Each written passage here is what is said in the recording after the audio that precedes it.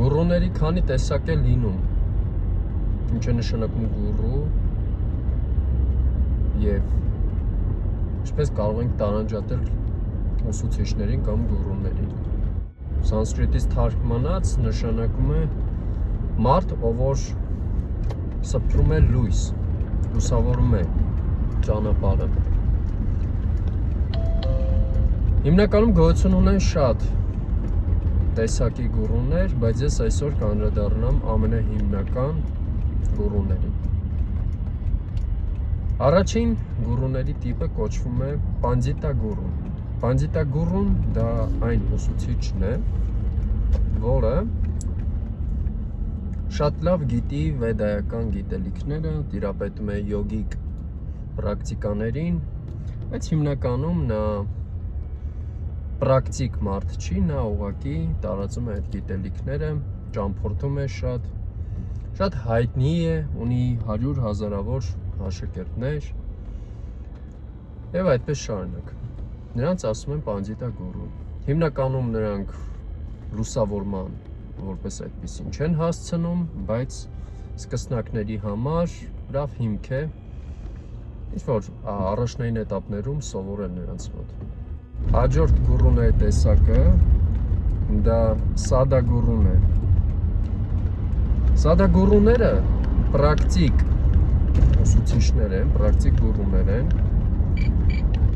որոնք դեռ պայծառացման չեն հասել, բայց ունեն գիտելիք, այդ գիտելիքով կիսվում են բոլոր նրանց հետ, ովքեր պատրաստ են եւ ցանկանում են գնալ այդ ճանապարհով, որով որ գնում է իրենց տվյալ բանի ուսուցիչը։ Նրանք հիմնականում չեն հետապնդում մեծ ճանաչում, նրանք զբաղվում են պրակտիկայով եւ իրենց հետ տանում են բոլոր նրանց, ովքեր պատրաստ են։ Եվ երրորդ գուրուների տեսակը դա Սիդխա գուրուն է։ Սիդխա գուրուները պայծառացած ուսուցիչներն են, որոնք լուսավորման են հասել, հանդիպել Սիդխա գուրուի դա մեծ պատիվ է եւ մեծ շնորհ է,